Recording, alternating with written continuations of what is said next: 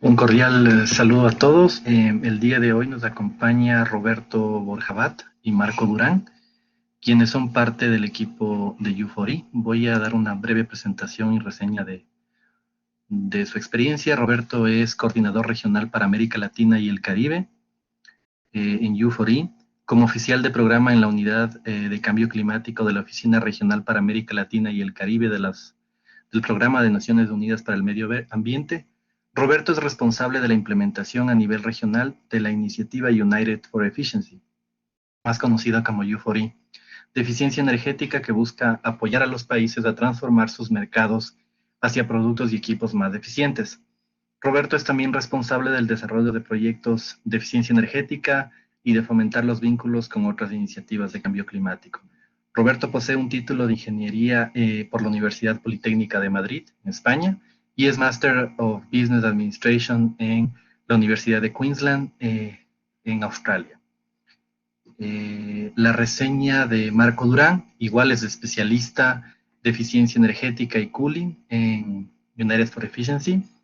Marco está involucrado en el desarrollo de herramientas globales y proporcionó apoyo en el desarrollo de capacidades a los responsables políticos y oficiales nacionales de ozono de la formulación de políticas energéticas. Es responsable de la gestión diaria de proyectos de la Caribbean Cooling Initiative, que presta asistencia técnica en las Bahamas, Barbados, República Dominicana, Jamaica y Santa Lucía. Marco tiene una doble titulación en Ingeniería Mecánica y en Gestión e Ingeniería de Energía y Medio Ambiente de la Queen's University de Belfast y la Universidad Politécnica de Madrid. Con esta breve introducción, quiero dar la palabra a Roberto, quien tendrá la primera presentación. Bienvenidos.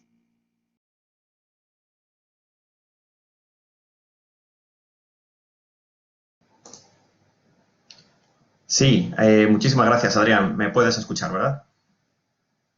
Sí, Roberto, te escuchamos muy bien. Bien, gracias. Muchas gracias, Adrián, por la presentación, por la introducción. Buenos días a todos y a todas las participantes. Un gusto estar aquí hoy con ustedes. Como decía Adrián, trabajo para el Programa de las Naciones Unidas para el Medio Ambiente. Estoy basado en Ciudad de Panamá, en la Oficina Regional para América Latina y el Caribe, y estoy al frente de la coordinación a nivel regional de la iniciativa Unidos por la Eficiencia, que busca promover la eficiencia energética a nivel global. Hoy voy a presentarles, aquí voy a hacer una introducción a lo que es el Fondo Verde del Clima. Y voy a darles algunas reseñas de qué es el fondo, cómo funciona, cuáles son los mecanismos para acreditarse las organizaciones que deben acreditarse antes de recibir fondos, el rol de las autoridades nacionales designadas y diferentes mecanismos de financiamiento que tiene el fondo a disposición de los países para recibir fondos. Y por último les hablaré brevemente de la experiencia nuestra de PENUMA en fomentar proyectos de readiness en temas de eficiencia energética en la región de América Latina y el Caribe. Bien. Bien, ¿cuáles? Bien, los datos básicos sobre el fondo. El nombre es el Fondo Verde del Clima o Green Climate Fund. Es un mecanismo financiero de la Convención Marco de las Naciones Unidas para el Cambio Climático, y es por ello que fue establecido este fondo en la COP16 que se celebró en el año 2010 en Cancún, México. Son 194 países los que son signatarios, países participantes en el Fondo Verde, todos aquellos que son signatarios de la Convención Marco de las Naciones Unidas para el Cambio Climático. La forma de gobierno del fondo consiste en una junta, un board, una secretaría y unidades independientes que son los que revisan y gestionan los diferentes proyectos. El mandato del fondo es claro y está en línea con los objetivos con la lucha contra el cambio climático, y es promover el desarrollo con bajas emisiones y resiliente al clima en los países de desarrollo. Su sede está en Sondo, cerca de Seúl, en Corea del Sur, aunque tiene oficinas por diferentes partes del mundo, oficinas regionales. Bueno, ¿qué recursos tiene el Fondo Verde? En la actualidad, el Fondo Verde ha recibido compromisos por 10.300 millones de dólares, de los cuales ya son contribuciones firmadas 10.100 millones. Como ven, son fondos muy elevados, aunque todavía están muy lejos de esos 100.000 millones de dólares que se comprometieron los países desarrollados a movilizar cuando se creó el fondo. Existe un reparto de 50% entre adaptación y mitigación en los proyectos que el fondo financia. También hay un compromiso por parte del fondo de que exista equilibrio geográfico entre las diferentes regiones.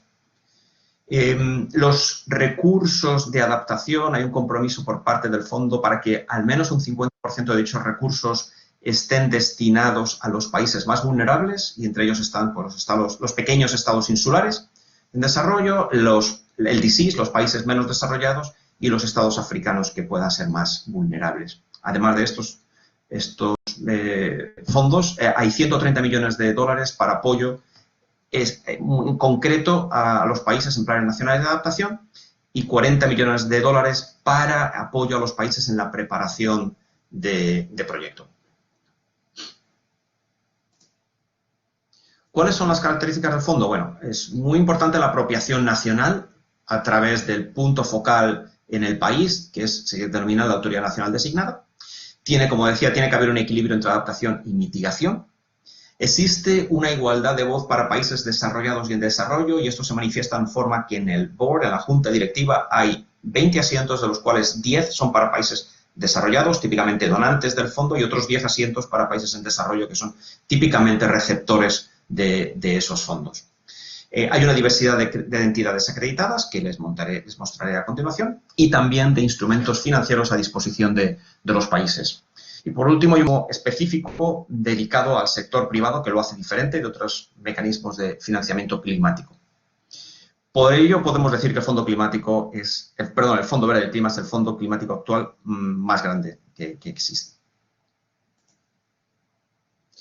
Bien, hay 8 áreas de resultados estratégicos, de las cuales 4 son de mitigación y 4 son de adaptación. En la mitigación está el acceso a la energía y generación energética, está transporte, está bosques y uso del suelo, y por último está edificios, ciudades, industrias y productos, dispositivos, en donde entraríamos lo que nosotros estamos trabajando en Unidos por la Eficiencia para eficiencia energética, en el cual incluimos pues, refrigeradores, aires acondicionados, iluminación, motores eléctricos y transformadores de distribución. Y en la parte de adaptación está la seguridad alimenticia, de salud y de agua, modos de vida, ecosistemas y servicios ecosistémicos e infraestructura. Todo ello con un enfoque para conseguir un impacto que los proyectos tengan pues, esos resultados esperados tanto de adaptación como de mitigación al cambio climático, con un potencial cambio de paradigma, es decir, que no sea una intervención única, que estas intervenciones del Fondo Verde sirvan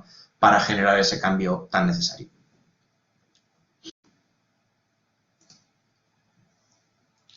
Bueno, ¿cuál es el proceso de acreditación ante el Fondo Verde? Bueno, para recibir fondos del Fondo Verde, las instituciones tienen que estar acreditadas.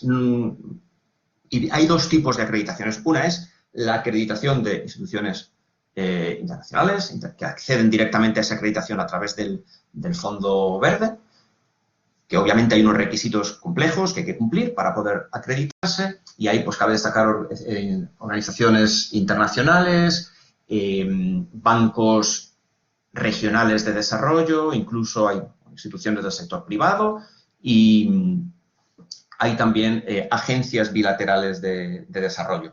Y por otro lado está la acreditación directa, que estos son instituciones nacionales que solicitan acreditación para acceso directo de fondos. Si bien estas organizaciones tienen que estar previamente aprobadas por la Autoridad Nacional Designada del país en cuestión.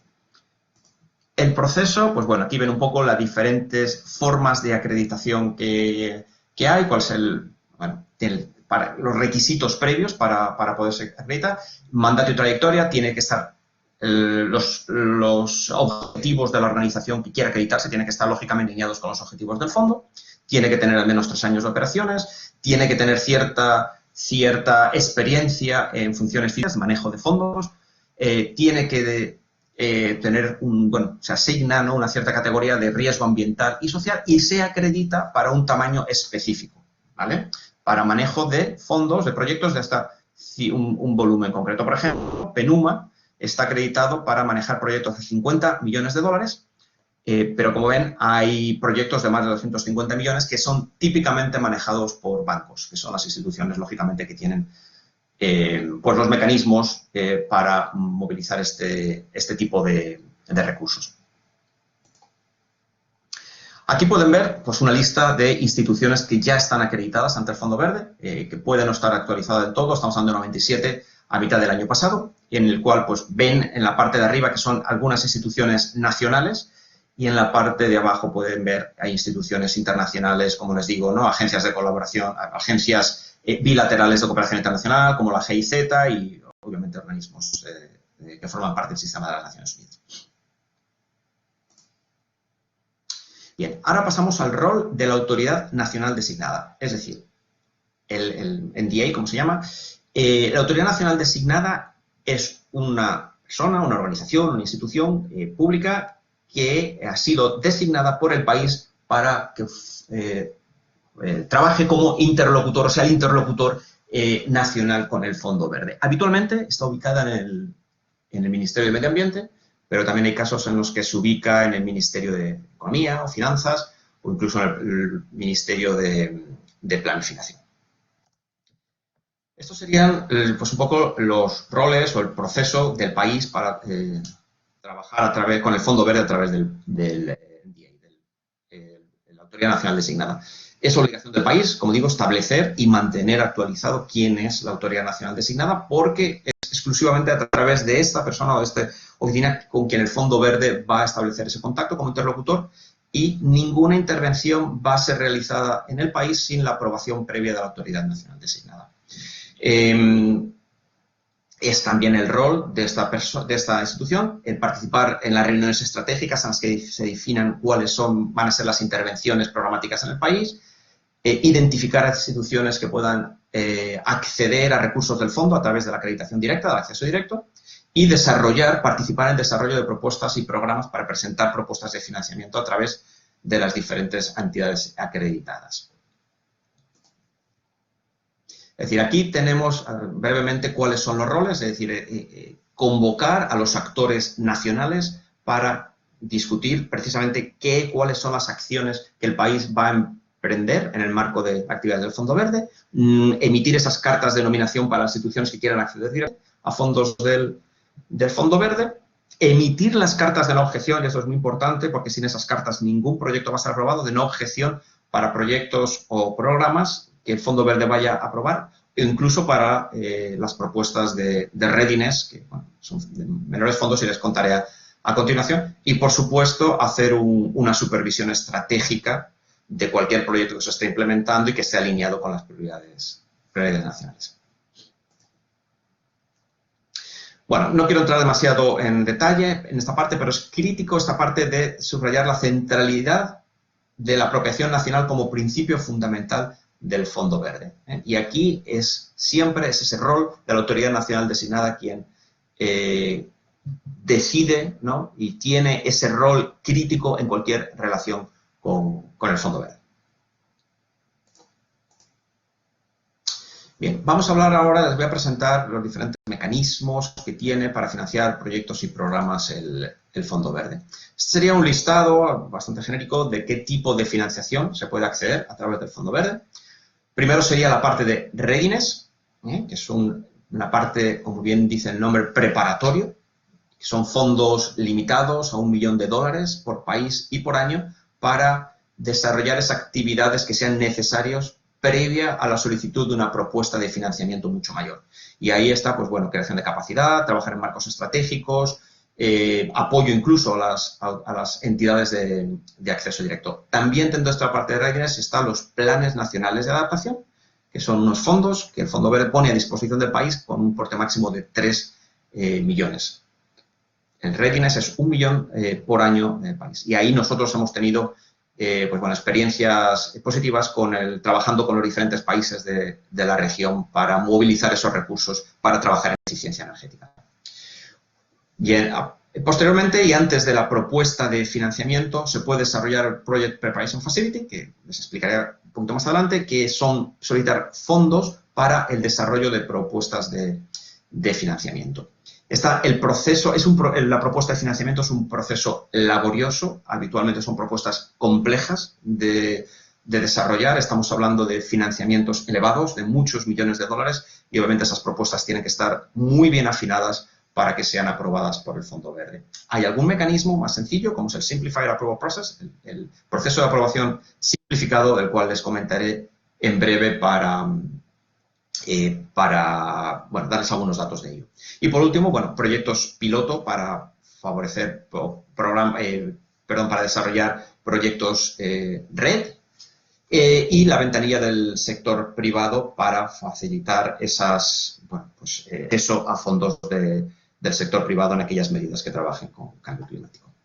Bueno, a nivel un poquito más gráfico, tenemos, esta sería un poco la línea, ¿no? La línea de tiempo en la que se estaría trabajando. Es decir, inicialmente el punto focal y las entidades acreditadas deben de definir qué sectores, qué proyectos son una prioridad para el país, en qué se basan para definir eso. Bueno, pues hay una serie ya de productos desarrollados con anterioridad, como son las contribuciones nacionales determinadas, que ya indican, ¿no?, qué áreas son prioritarias. Están los planes de adaptación nacional, que en algunos casos ya se ha desarrollado.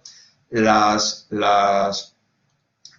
planes de desarrollo bajo en emisiones, los Technology Needs Assessment, todos estos son productos que sirven para formar un poco lo que es el programa de país y para definir las líneas de trabajo que se va a estar siguiendo, que van a estar siendo financiadas por el Fondo Verde. A partir de ahí se puede desarrollar, como decía, el readiness, una propuesta de readiness que es preparatoria antes del funding proposal. A continuación se puede desarrollar o no es un requisito imprescindible, pero es recomendable antes de ponerse a trabajar una propuesta de financiamiento, desarrollar una nota conceptual que, si es bien recibida, bien evaluada por el Fondo Verde, puede dar lugar a la solicitud de un Project Preparation Facility que financie lo que es desarrollar toda esa propuesta, que, como les decía, es compleja, ¿no? Y creo que es de agradecer que el Fondo Verde ponga a disposición de los países esos recursos para trabajar en el desarrollo de la propuesta, porque eso es uno de los limitantes que encontramos habitualmente desde los organismos internacionales. No hay financiamiento para desarrollar esas propuestas y, bueno, en algunos casos hay fondos limitados, como en el GEF, pero creo que es importante esos fondos antes de empezar a ejecutar, antes de que sea aprobado, para armar una propuesta sólida. ¿Cuáles son los elementos clave para el diseño de un proyecto exitoso? Bueno, primero, que el proyecto que se desarrolle esté basado en un contexto de desarrollo y cambio climático. Es decir, tiene que tener en cuenta cuál es el contexto de desarrollo, cuáles son las líneas marcadas por el país en materia de desarrollo nacional y, lógicamente, de cambio climático. ¿Qué se ha estado haciendo antes? Segundo, ¿cuáles son las áreas prioritarias para la programación del GCF? Lógicamente, tiene que estar alineadas con las 8 áreas prioritarias que les mencioné anteriormente para que el proyecto pueda tener éxito. Después, la necesidad de preparación de proyecto, ¿no? ¿Hace falta solicitar fondos o no para el desarrollo? En algunos casos es necesario, en otros el propio país o la entidad acreditada que desarrolle la propuesta puede autofinanciar esta fase. También que esté alineado con las políticas del GCF, y aquí me refiero a políticas en muchos casos administrativas, ¿no? ¿Qué es elegible? ¿Qué gastos son elegibles? ¿Qué gastos no? Y esto da lugar mucho posteriormente, lo digo por experiencia, a muchas cosas y mucho intercambio de comentarios por parte del GCF para solucionar todos estos temas. Por eso la importancia de trabajar esto a priori para allanar el camino hacia el financiamiento. También cabe destacar que hay que detallar mucho los roles de las partes interesadas. No sirve solamente con mencionar cuáles son los actores que van a estar involucrados en el proyecto, sino que hay que desarrollar claramente, porque así lo hizo el Fondo Verde, cuáles van a ser los roles, cuáles van a ser los compromisos, ¿no? Incluso si son financieros de cofinanciamiento, pues tiene que estar detallado, ¿no? Y ese es el apoyo complementario. ¿Quién va a financiar? ¿Va a haber más algún otro cofinanciamiento por parte de otras instituciones? Tiene que quedar ahí. Y por último, pues un plan de monitoreo y cuáles serían los planes, las actualizaciones a a esas actividades si fuera necesario ir corrigiendo por el camino una vez que se implementa. Una vez el Fondo Verde recibe una propuesta, evalúa las propuestas en base a estos 6 criterios de inversión. Primero es el potencial de impacto, es decir, cuál es el potencial de la propuesta para contribuir a que se cumplan los objetivos del fondo, que lógicamente son trabajar en mitigación y adaptación al cambio climático. ¿Cuál es ese potencial? Después el potencial de cambio de paradigma.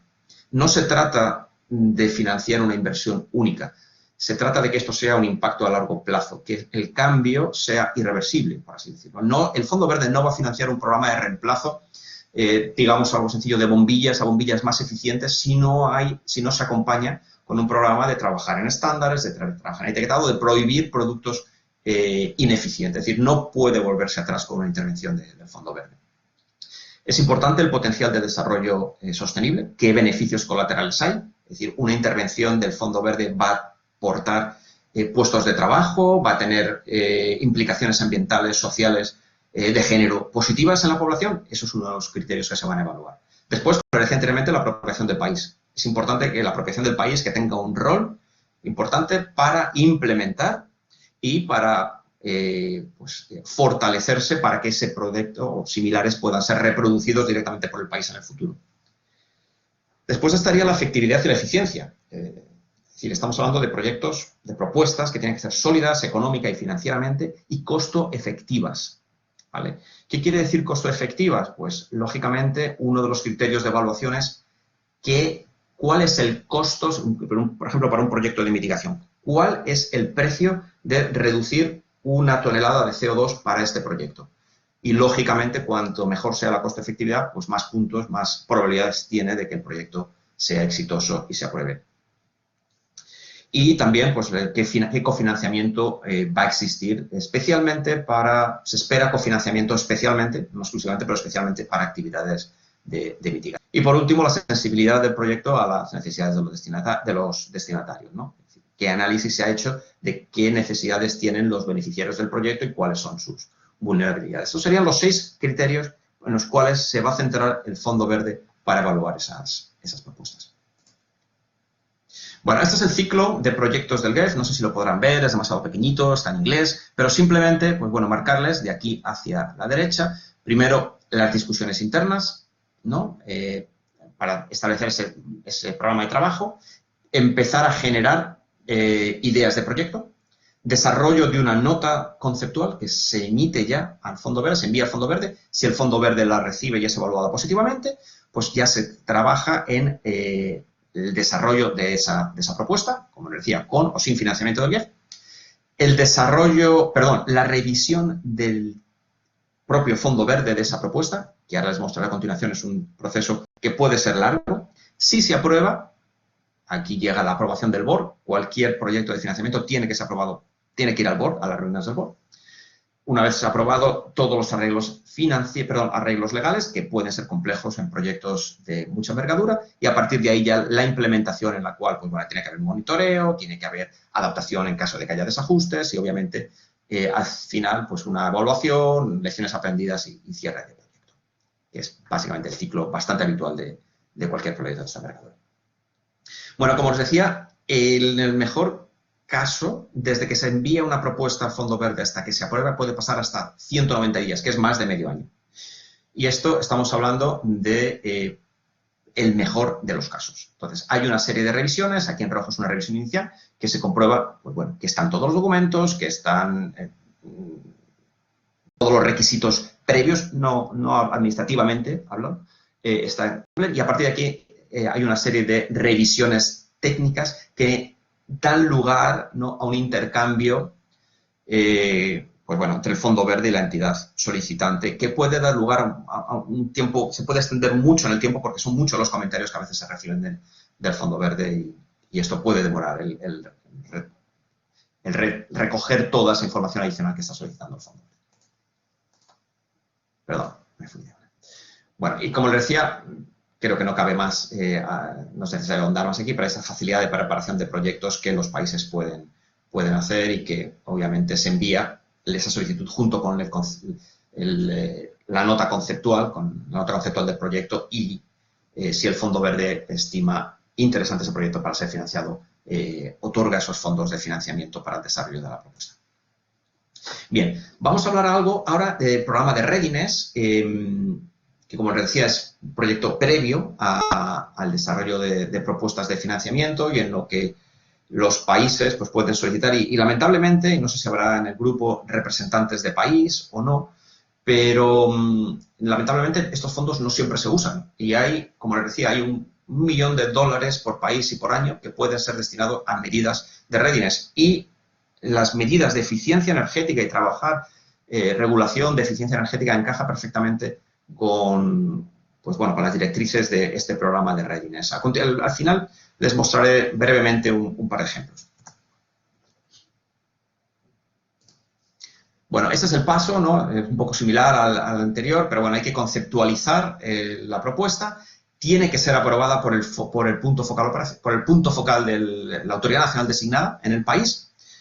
Ahí se comienza ese pues, bueno, intercambio con el Fondo Verde hasta que la propuesta es aprobada y, pues bueno, ahora mismo, a partir de ahí empieza ya el proceso legal y la implementación. Puedo comentarles que, por ejemplo, el año pasado, desde PENUMA y trabajando con esta iniciativa de U4E, logramos movilizar recursos de readiness para 4 países en la región, para Brasil, El Salvador, Cuba y Honduras, precisamente para trabajar eficiencia energética. Eficiencia energética en el caso de Brasil, para refrigeradores comerciales y aires acondicionados, una propuesta regional en el otro caso. Hay un proceso de aprobación simplificado para propuestas de financiamiento que, bueno, como les decía, el proceso completo es laborioso, lleva tiempo y este proceso fue lanzado posteriormente por el Fondo Verde para simplificar un poco ese proceso. Y es, bueno, pues se simplifica mediante una reducción de los documentos o de los requisitos de documentación para propuestas de financiación y el proceso de revisión y de aprobación y desembolso es mucho más rápido que en el proceso normal. Ahora sí, es importante que se cumplan los criterios de elegibilidad y esto, para que se cumplan estos criterios, tiene que haber un potencial de impacto transformador y tienen que ser escalables, es decir, un proyecto que pueda aumentar pues el impacto según pasa el tiempo, porque el máximo de fondos que se pueden solicitar bajo esta modalidad al Fondo Verde es de $10 millones. Además, el proyecto tiene que cumplir que no tenga o tenga muy bajo riesgo ambiental y social. Y aquí es uno de los limitantes que tuvimos nosotros trabajando en esta iniciativa, como digo, de eficiencia energética para aplicar a esta ventanilla, y es que a pesar de ser un proyecto que cumplía todos los requisitos, se consideró que había cierto riesgo ambiental porque, lógicamente, cuando hacíamos un programa de reemplazo de bombillas y quitábamos esas bombillas, por ejemplo, fluorescentes, pactas o lineales, tenían un componente de mercurio que tenía que ser tratado, es decir, había cierto riesgo ambiental. Lo mismo ocurría con refrigeradores, programas de reemplazo, en los cuales pues, había unas espumas refrigerantes, había gases refrigerantes que tenían que ser tratados, por lo cual no calificaba para esta ventanilla. Bien, la facilidad del sector privado. Aquí, pues bueno, como les decía, es una ventanilla en la cual las instituciones del sector privado pueden acceder a fondos para acciones de mitigación y adaptación al cambio climático. ¿Qué es posible? Pues se pueden financiar herramientas de evaluación de riesgos climáticos a través de deuda a largo plazo, a través de líneas especiales de crédito, y se apoya especialmente para desarrollar proyectos que sean bancables, que puedan ser atractivos para ser financiados en el mercado comercial, ¿no? Y también pues, es posible apoyar con garantías, ¿no? Garantías financieras para asumir ciertos riesgos específicos. Bueno, para finalizar, no quiero extenderme yo más acá, quiero mencionarles un poco sobre la experiencia, como les decía anteriormente, de la iniciativa Unidos por la Eficiencia en el desarrollo de propuestas para eficiencia energética. Bueno, ya les comentaba anteriormente que todos los países disponen de $1 millón y que encaja perfectamente en los requisitos para trabajar eficiencia energética. De hecho, y esta slide, me van a disculpar, está en inglés porque la he tomado de una reunión que tuvimos entre el Fondo Verde y PENUMA, precisamente porque el Fondo Verde quería buscar apoyo en PENUMA para que ayudáramos a desarrollar propuestas de readiness en eficiencia energética. ¿Y por qué eficiencia energética? Esta slide se ha tomado directamente de la presentación del Fondo Verde. Aquí pueden ver que estas son las expectativas, ¿no? Si se cumplen los pronósticos o queremos reducir las emisiones de gases de efecto invernadero, como pueden ver en el sector energía, según el Fondo Verde, estimaciones del Fondo Verde, casi la mitad de las reducciones de energía y obviamente de gases de efecto invernadero, casi la mitad, un 44%, vienen de la eficiencia energética, más que las energías renovables o otras tecnologías. De ahí la importancia de la eficiencia energética y esa solicitud de apoyo del Fondo Verde. Por eso el Fondo Verde se hicieron esas reuniones para apoyar a los países y, como digo, si aquí hay representantes de país, con mucho gusto me gustaría conversar con ustedes, porque el Fondo Verde estaría proporcionando ese financiamiento de readiness para el desarrollo de estándares mínimos de eficiencia energética y también de etiquetado energético y para apoyar con el establecimiento de mecanismos financieros para el desarrollo, para la adopción de equipos eficientes.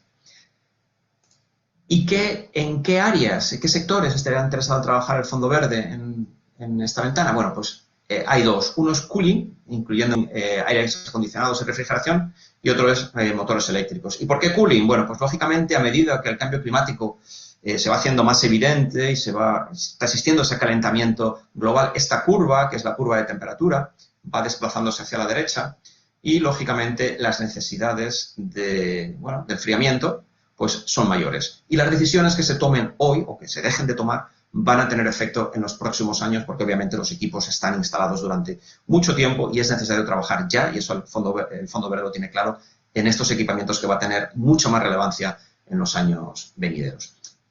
Y lógicamente también trabajar en motores eléctricos porque bueno, hay mucho potencial, hay muchos países que no tienen estándares en motores eléctricos y creemos que pues ese potencial hay que aprovecharse. Es uno de los elementos en los que trabajamos Unidos por la Eficiencia. Para finalizar, quiero presentar un poco cuáles serían una propuesta típica, que incluiría una propuesta típica de readiness que pudiera ser aprobada por el Fondo Verde. Primero, comprender el mercado y las oportunidades, las prioridades que hay. ¿Y esto cómo se hace? Pues una evaluación de mercado en el cual se entienda qué hay instalado, por ejemplo, si tomamos el caso de los refrigeradores, qué tipo de refrigeradores hay instalados, qué tipo de refrigeradores están en venta en el país. Eso, un estudio de mercado, es algo que es elegible para ser financiado por el Fondo Verde. También es financiable la creación de estándares mínimos de eficiencia energética, es decir, prohibir todos aquellos productos que no cumplan un estándar mínimo y implementar etiquetado energético o revisar, reescalar en aquellos países que ya exista para ayudar a los compradores a tomar decisiones informadas. Por ejemplo, la Unión Europea a inicios de este mes ha cambiado el etiquetado. Hasta ahora los productos más eficientes eran A++, hasta 3, ¿no? Y eso obviamente pues ya quitaba la información a la etiqueta. Se ha reescalado de tal forma que los productos más eficientes ahora son D, no sé si hay C, pero en cualquier caso el A y el B están vacíos, con lo cual pues bueno, eso da más información a los consumidores y ayuda además a esa motivación extra para que los fabricantes produzcan equipos más eficientes que puedan popular esas clases superiores. También monitorear lo que ingresa al mercado, estar seguro que lo que está ingresando en el mercado cumple con esos estándares mínimos y ahí pues es apoyo a los laboratorios nacionales para hacer esa supervisión, para hacer esa evaluación de mercado, apoyo a los laboratorios, aduanas y también mecanismos financieros que apoyen pues esa adopción de productos más eficientes. Bueno, esto es un poco quizá repetitivo, creemos que estos serían los 5 componentes que pudiera tener una propuesta de esta envergadura para ser presentada al fondo, un plan nacional de refrigeración, trabajar en el marco regulatorio, el marco de vigilancia del mercado, como les decía, muy importante un manejo ambiental racional, ahí tenemos que tener claro qué vamos a hacer con esos productos cuando sean sustituidos, tenemos que tener un manejo adecuado al final de vida útil de los productos, especialmente aquellos que tienen componentes dañinos para el medio ambiente, y un mecanismo financiero para facilitar el acceso a estos productos. Este sería el tiempo que puede llevar el desarrollar una de estas propuestas, desde que comenzamos a hablar con los países hasta que se desarrolla la propuesta. Puede ser relativamente rápido, estamos hablando de unas 14-15 semanas. Y bueno, eso sería, y es mi última slide, esta sería, perdón, sí, esta sería, bueno, lo que se incluye en una propuesta de readiness. Un resumen, un análisis de situación, un marco lógico, y obviamente hay que detallar todo. Es relativamente sencillo, estas propuestas no son complejas, no son como una propuesta de financiamiento que requiere mucha más dedicación. Esto es algo sencillo que, como digo, en 10, 12 semanas pudiéramos tener listas. Bueno, creo que me he sobrepasado mi tiempo, así que no me extiendo. Ahí tienen mis datos de contacto y quedo aquí pendiente para la sesión de preguntas y respuestas. Muchas gracias. Adelante, Adrián.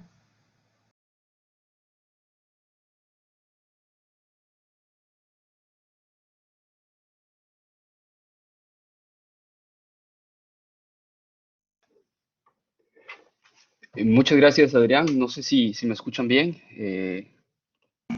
Te escuchamos muy bien, Marco. Perfecto, Perfectamente. muchas gracias. Buenos días a todos. Bueno, de mi parte, su servidor Marco Durán y mi colega Soledad García, nosotros, quien estuvo con ustedes ayer, vamos a comentar un poco sobre otras opciones de financiamientos aparte del Fondo Verde del Clima, como comentó Roberto. Y primero, quizá para pintar un poco el panorama de qué es lo que hay disponible en este espacio, particularmente en la parte de mitigación, pero también que pueden ser algunos de estos, la mayoría de estos fondos utilizados para temas energéticos, eficiencia energética. Tenemos los fondos bilaterales como IKI, la banca alemana, los fondos de Francia, los diferentes pues, países europeos que tienen su servicio de aid, como USAID también, además en Estados Unidos, Australia, Canadá, fondos de la Comisión Europea y demás. También tenemos la parte pues, multilateral, al cual pertenece el Fondo Verde del Clima, el GEF y también el Climate Investment Funds, en donde son principalmente accedidos a partir pues, de llamadas o de propuestas, digamos, y en la parte bilateral de una manera pues, similar. Cada uno tiene su particularidad y lo vemos, por ejemplo, con el ejemplo del Fondo Verde del Clima que explicó Roberto.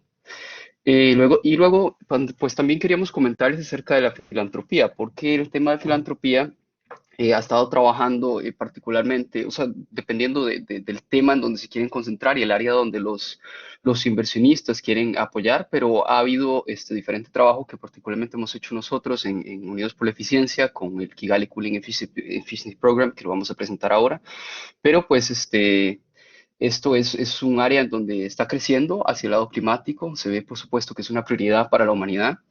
Y el año pasado, pues hubo, por ejemplo, noticias importantes con el dueño de Amazon, Jeff Bezos, quien destinó 10 billones para un fondo nuevo que no hemos incluido aquí, pero que pues también podrá ser una opción para trabajar en este tipo de proyectos.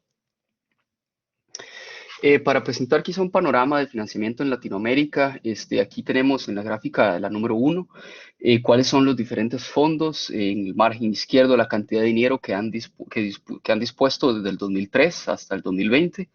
En el margen derecho, con los puntos blancos, se ve el tamaño la cantidad de proyectos, perdón. Entonces, más o menos podremos tener una idea de cuáles son los tamaños de los proyectos que se proponen. Y en la figura de abajo tenemos los países que se benefician de estos fondos en Latinoamérica. Bueno, vemos por supuesto que Brasil ha accedido a muchísimos fondos, no solo por ser una economía grande, pero además que muchos de los fondos de reforestación, el Amazon Fund, por ejemplo, también van destinados a este país. El año pasado, en 2020, el Fondo Verde del Clima se convirtió en el mayor proveedor. Antes era el Fondo de Tecnología Limpia, que es administrado por el Banco Mundial y que es accedido por los diferentes bancos de desarrollo. Y pues ahí vemos un poco cómo se ha comportado esto en los últimos años. Un ejemplo que como comenté anteriormente del tema de filantropía es el Kigali Cooling Efficiency Program, que fue un programa lanzado por varios filántropos, incluyendo Climate Networks, que es conocida pues también Melinda Gates Foundation y el Children's Investment Fund de Reino Unido, en donde se lanzó particularmente para apoyar la transición hacia una refrigeración energéticamente eficiente y amigable con el ambiente en el contexto de la enmienda de Kigali al Protocolo de Montreal, en donde se conecta el tema de acción climática con el tema de la transición hacia refrigerantes menos dañinos para el medio ambiente. Este programa funcionó a lo largo desde el 2018 en 4 ventanas que tenían un objetivo particular cada uno, un objetivo específico. La primera, el fortalecimiento de las capacidades en eficiencia, se enfocó bastante en la creación de conciencia, en hacer talleres, por ejemplo, internacionales. Unidos por la Eficiencia, nuestra iniciativa, hicimos un taller en donde quizá algunos de ustedes participaron en 2018 y 2019, en donde se unieron a todos los oficiales de ozono de los diferentes países con oficiales de energía, normalmente de los ministerios de energía, para poder iniciar a trabajar este tema de refrigeración y acondicionamiento de aire de manera conjunta, en donde anteriormente quizá en algunos lugares se había hecho de forma independiente.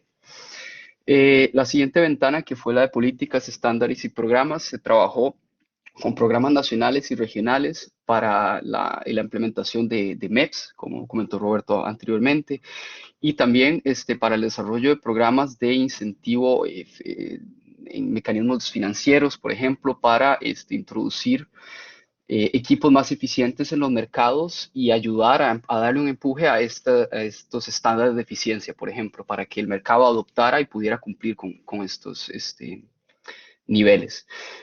Luego, la siguiente ventana se centró específicamente en la implementación, no solamente en el diseño, pero sino en la implementación de programas de financiamiento de este tipo, en donde hubo un rango amplio de diferentes pues, modelos de negocio que se utilizaron y mecanismos que vamos a ver en los siguientes slides. Y el último, acceso a la refrigeración, en donde se trabajó particularmente con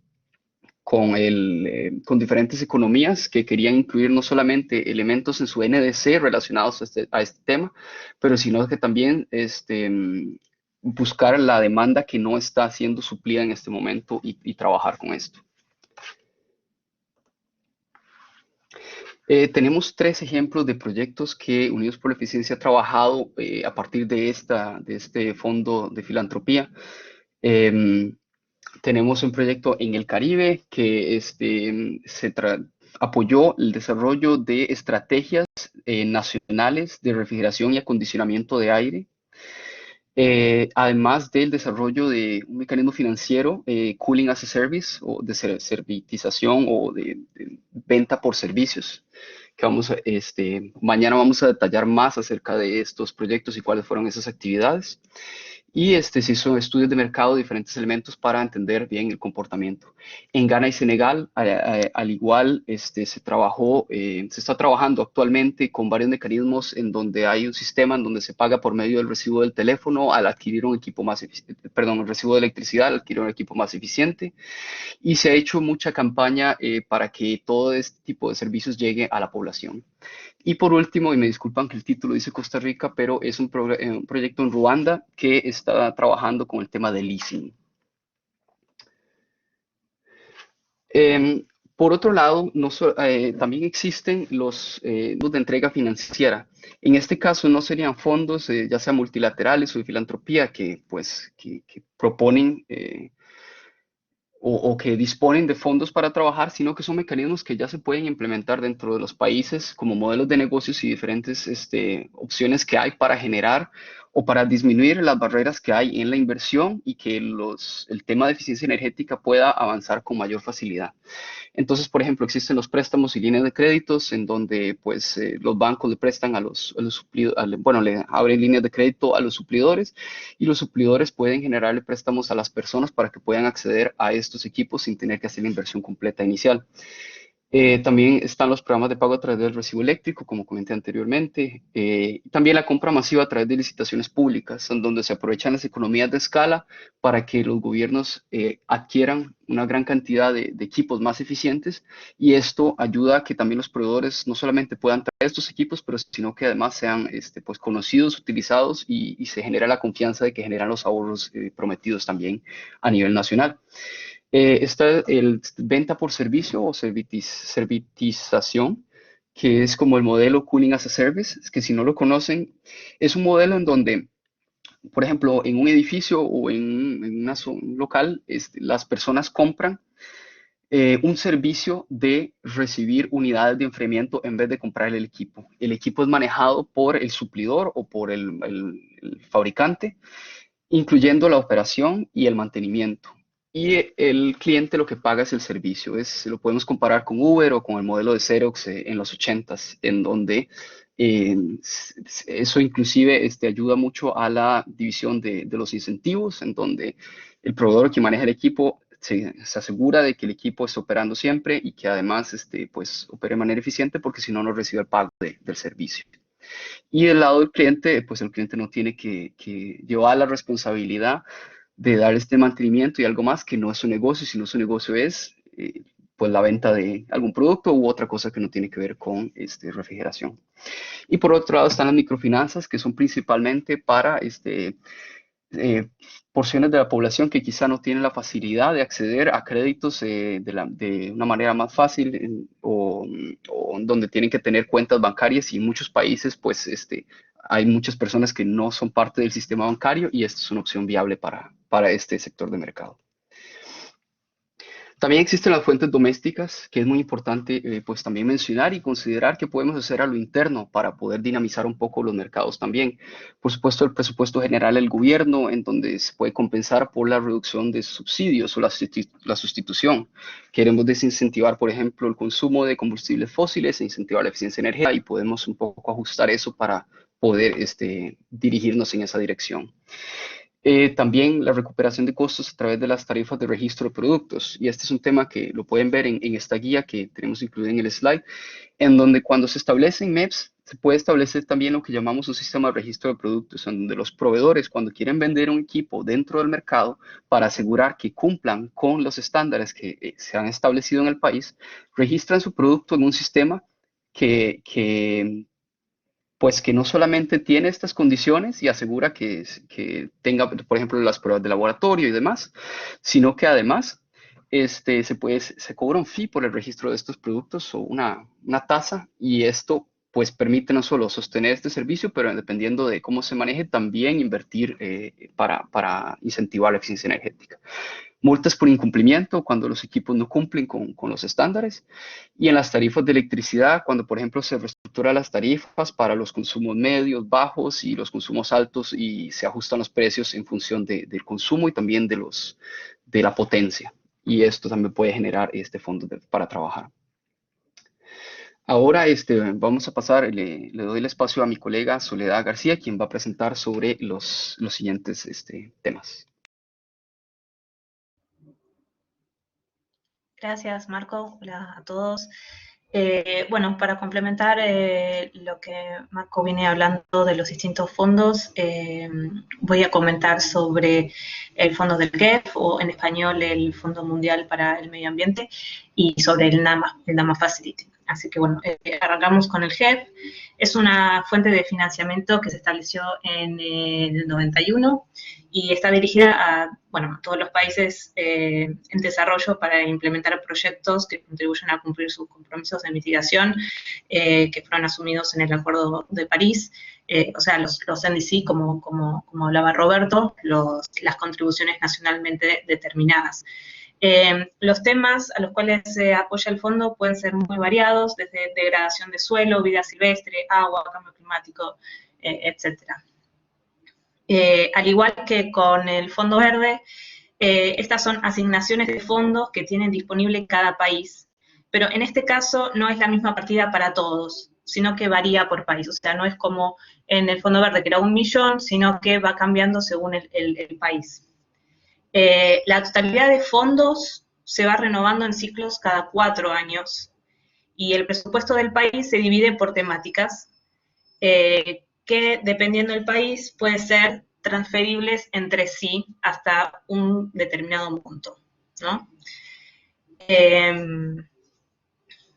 La aplicación de proyectos del GEF no es un proceso complicado, pero sí toma bastante tiempo, porque a diferencia del Fondo Verde que comentaba Roberto, que dura algo de 190 días el ciclo, en este caso hay 2 instancias de preparación de documentación y revisión.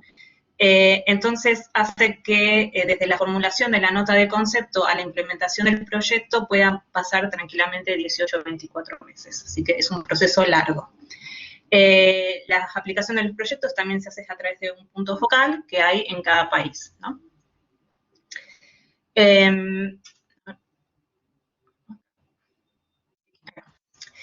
De momento estamos en lo que es el periodo de reposición del JEF 7, donde se destinaron 4.1 mil millones de dólares. Este periodo termina ahora el año que viene, en junio, y ahí comienza el nuevo ciclo, que es el JEF 8. Acá en la gráfica de la derecha podemos ver cómo han evolucionado esos fondos desde que se crearon, bueno, desde el primer ciclo en 1994. Y bueno, todavía no hay información sobre los fondos ni las temáticas de interés para el JEF 8, pero en 6 meses probablemente ya van a estar disponibles este tipo de información.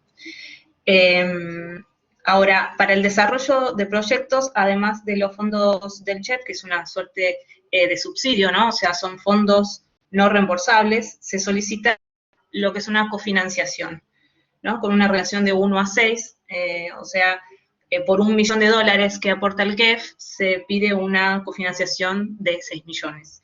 Y esto puede provenir del sector privado, de organizaciones, de instituciones financieras, del gobierno mismo, para que complemente en la implementación del proyecto.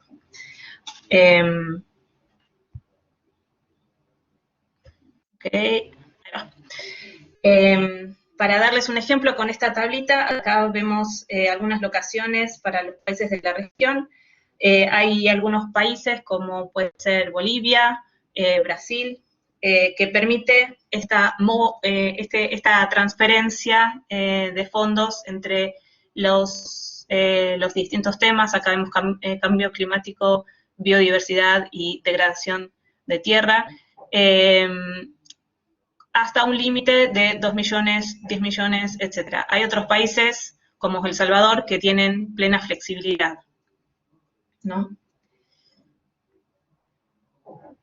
Bueno, acá también algunos ejemplos de proyectos con el GEF de U4E.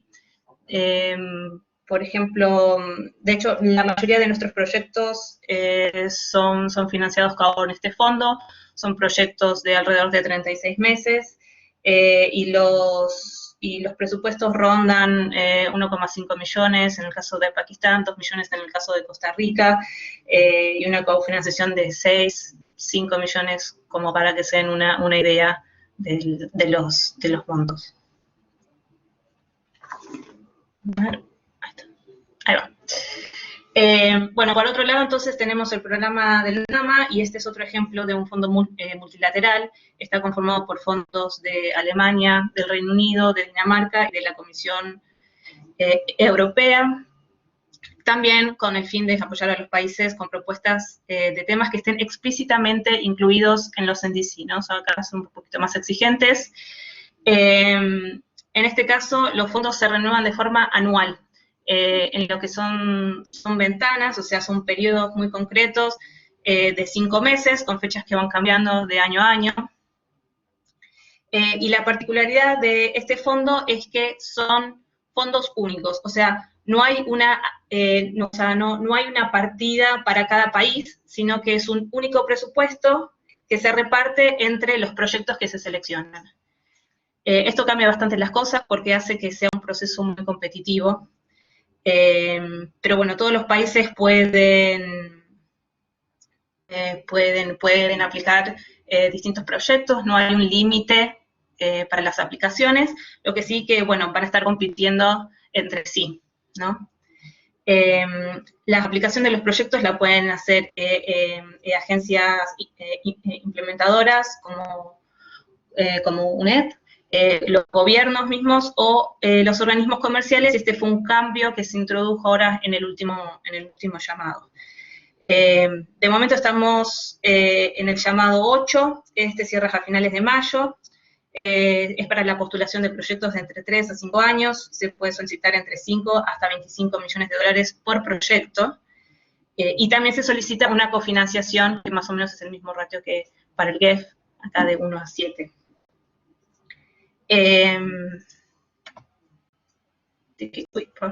Bueno, solamente agregar que no hay una limitación en los temas, más allá del hecho de que esté incluido en los NDC del país. Pero bueno, generalmente las categorías son eficiencia, agricultura, renovables, transporte y gestión de desechos. Acá un mapita con algunos de los proyectos que ya fueron seleccionados. Y bueno, creo que eso es todo por mi parte. Me parece que a grandes rasgos estos son algunas de las características más sobresalientes de las alternativas de financiamiento que hay hoy en día. Así que, bueno, si les parece, podemos darle el espacio de preguntas y respuestas. Y bueno, desde ya, muchas gracias. Muchas gracias, Roberto, Soledad, Marco. Muy interesante la presentación, los temas abordados. Voy a dar lectura a las preguntas. Esta primera viene dirigida para Roberto, de Israel Osvaldo Niño. ¿Ya existe alguna articulación o relación de este programa con ONUDI o ha de realizarse a través de las autoridades nacionales? Tiene un poco relación con la presentación de ayer, menciona Israel.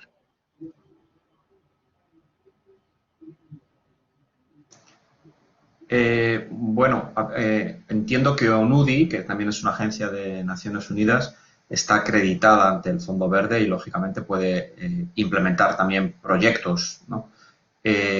Pero, bueno, o sea, una relación directa con ONUDI no la hay, aparte de, o sea, obviamente colaboramos en una serie de proyectos conjuntamente, pero cualquier proyecto ante el Fondo Verde, como digo, primero tiene que ser aprobado por la autoridad nacional designada y, dependiendo de la temática que se trabaje, pues será trabajado con una entidad acreditada u otra en función del expertise de cada una de ellas, ¿no?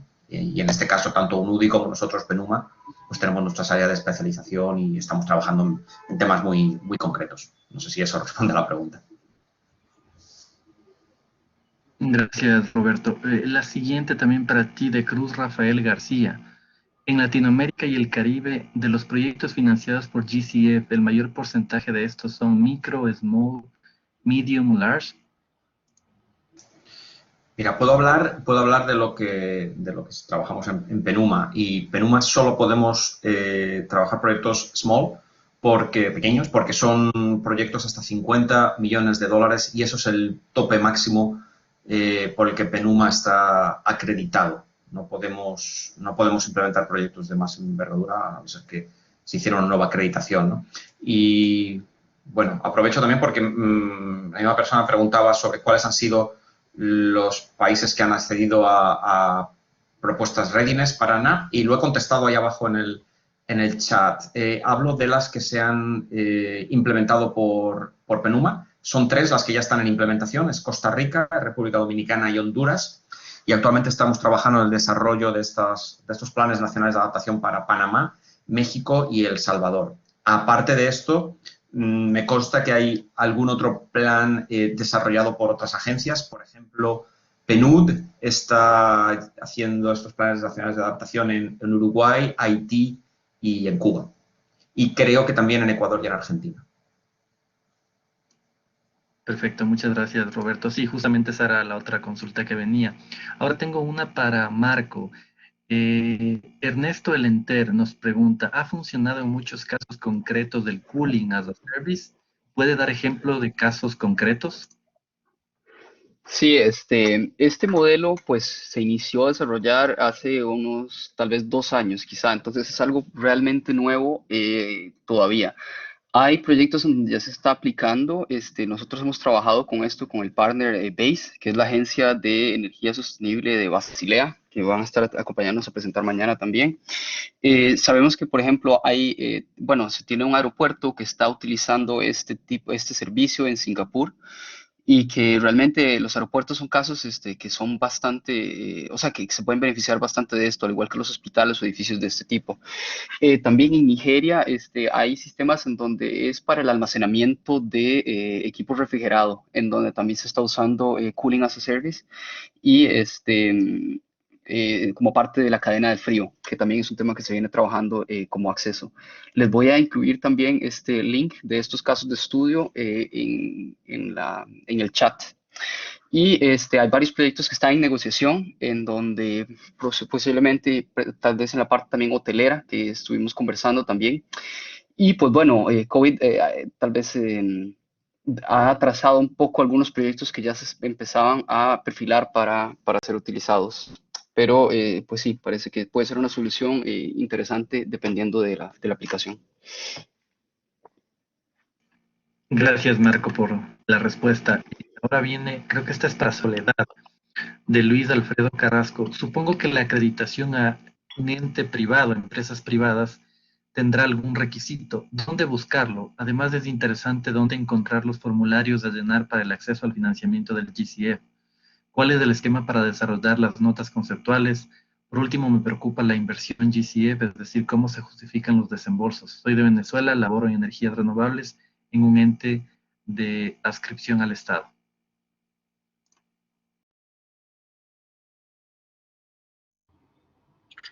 Ok. La verdad no sabría decirte cómo hacer para la acreditación de un ente privado.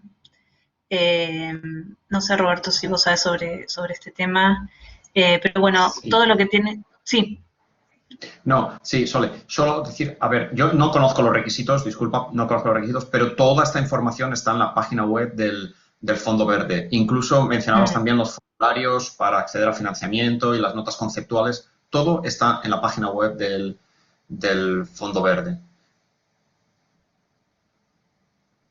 ¿Sí? sí. Perfecto. Perfecto. Tengo otra pregunta de Cruz Rafael García. ¿Dónde se puede verificar el monto disponible en el GCF en el GEF por país, en el GEF por país? Sí, esto es en la página. Eh, Ahí está toda la información, todos los que son los templates y la documentación. De todas formas, ahora el chef ya concluyó prácticamente, así que habría que esperar en 6 meses. Supongo que van a estar dando información sobre el nuevo ciclo y ahí las nuevas tandas de presupuesto para los países. Así que yo te sugiero que estés atento a la página y ahí van a volcar toda la información. Sí, añadir que en alguna página alguna página web del GEF aparecen los montos que todavía están disponibles, es decir, aquellos que no se han comprometido. Pero ojo, porque esta información suele estar desactualizada y no es la primera vez que nos ocurre que pensamos que hay ciertos fondos disponibles y posteriormente nos damos cuenta de que no, esos fondos no están. Entonces, antes de intentar desarrollar ninguna propuesta del GEF, mi sugerencia es contactar al punto focal operacional del GEF en el país para que confirme que esa información es correcta. Perfecto, muchas gracias, Roberto. Un comentario, más bien de parte de Luis Alfredo Carrasco. Él tiene mucho interés en elaborar una propuesta en energías renovables para comunidades aisladas del sistema eléctrico nacional. Parece complejo, pero estoy dispuesto a superar esos obstáculos para obtener esos fondos en mi país, que son cerca del 4% de población que no tiene el servicio eléctrico. Tal vez experiencias en ese campo, si nos pueden comentar, Roberto, Marco.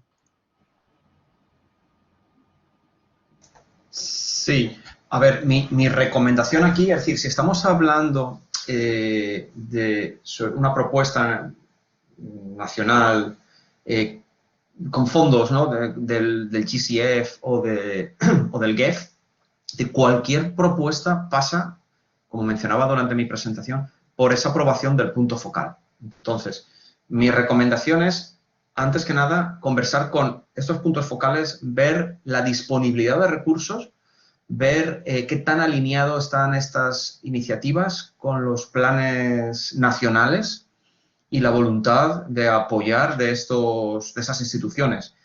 Si no fuera así, mi recomendación es buscar por otras formas, ¿no? Y ahí, pues bueno, alguna de los mecanismos, como el NAMA Facility, alguno de los mecanismos que mencionaban mis colegas, pudiera aplicar. Pero cualquier propuesta tiene que pasar por los responsables nacionales. Esa es mi recomendación, conversar con ellos antes que nada. Sobre ese punto, Marco explicaba en una lámina sobre las distintas posibilidades de financiamiento. Hablábamos de otras entidades de ayuda, ¿no? ¿Esas también tendrían que pasar por el punto focal o eso ya es un esquema distinto? Cada una tendrá su esquema y el punto focal del Fondo Verde del Clima es específico para el Fondo Verde. Si otras entidades tienen punto focal y es la misma persona, dependerá también de cada país. Entonces es importante quizá pues hacer esa investigación de ver cuál es el mecanismo de los otros fondos para poder ir directamente a la persona que pues ya sea que los aprueba o que puede guiar en el proceso interno. Perfecto, sí, esa es una gran observación y hay que rescatarlo porque nos diste un buen abanico de opciones y tal vez para los colegas que están participando el interés de saber dónde están esos recursos o quién los maneja a través del punto focal o si tienen algún otro punto sería magnífico para poder iniciar estos procesos, ¿no? Sí, y una cosita, creo que es el único fondo que no tiene punto focal es el NAMA. Ahí son aplicaciones que se hacen directamente al fondo, se completa la documentación que se pide y se manda. Eh, Ahí no hay digamos, un visto bueno antes de las aplicaciones. Así que ese tal vez sea el único fondo que no, bueno, que es más directo, ¿no? O sea, uno hace su aplicación en la página y ya está. Perfecto. Vamos cerrando con unas dos últimas consultas.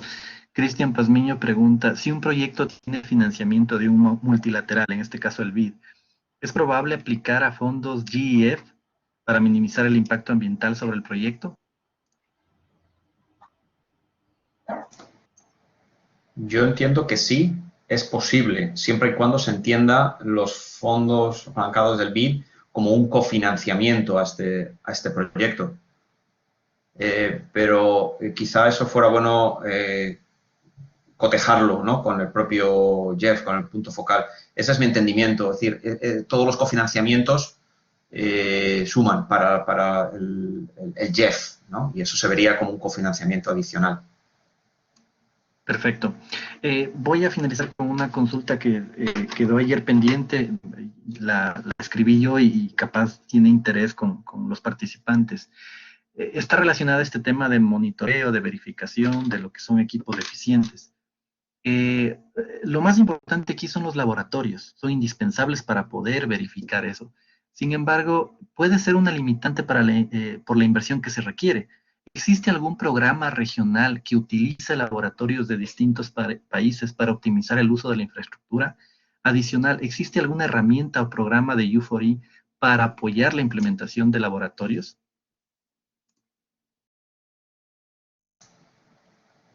Colegas, si me permiten, respondo yo a esta. Bueno, se ha intentado, pero no es un proceso sencillo, ¿no? Y, por ejemplo, yo entiendo que establecer un laboratorio en aquellos países que no lo tienen es complejo, lleva tiempo, necesita recursos, tanto financieros como recursos humanos, capacitación. Entonces, se ha intentado en el marco, por ejemplo, de países del SICA, pues utilizar el laboratorio que está más avanzado, que en este caso es el laboratorio del ICE, en Costa Rica. Pero realmente no sé qué tanto se ha avanzado, ¿no? Se propuso en alguna ocasión, y más, bueno, siendo países que pertenecen ¿no?, como digo, al Sistema de Integración Centroamericano, al SICA, que pudiera ser este laboratorio el que emitiera las certificaciones de ciertos productos, pero no sé si se ha avanzado ahí. Sé que se está trabajando, se sigue trabajando en los reglamentos técnicos centroamericanos, ¿no?, es decir, unos estándares comunes para todos los países, y tendría mucha lógica, desde luego, que se utilizara ahí. Pero disculpen, como digo, no sé si se ha llevado a cabo. Hasta donde sé, no se consiguió. No sé si en estos últimos meses se ha avanzado algo en ese frente. Sí, creo que es un tema interesante porque de alguna forma tiene el objetivo de optimizar lo que se tiene, ¿no? O sea, seguir invirtiendo en laboratorios mientras otros países vecinos lo tienen, creo que sería una buena herramienta. Lógicamente ese tema de integración o de articulación es delicado, pero creo que sería un gran reto al ponerlo a funcionar de esa forma. Beneficiaría mucho porque reducirías el tema de inversión y también beneficiarías a que la industria pues, pueda hacer uso de esto y verificar y validar que esos equipos cumplan con la normativa, ¿no? Sin duda, totalmente de acuerdo, Adrián, que es algo que habría que aprovechar más de lo que se está haciendo. No solamente en Centroamérica, diría que a nivel de toda la región, ¿no? El utilizar laboratorios entre países.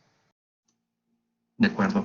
Bueno, agradecerles a los participantes, nuevamente a Roberto, a Marco, a Soledad por la magnífica exposición, las presentaciones de un material creo que muy importante.